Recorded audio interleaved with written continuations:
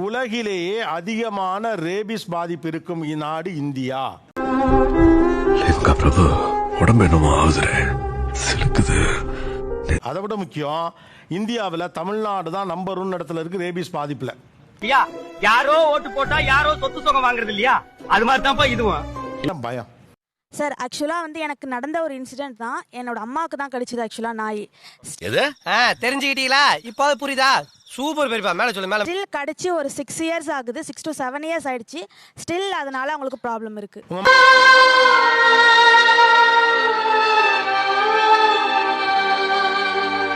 ஸ்டேட்ல 3 பேருக்கு கடிச்சது. Second week ஒரு அங்கிள் இறந்தாரு.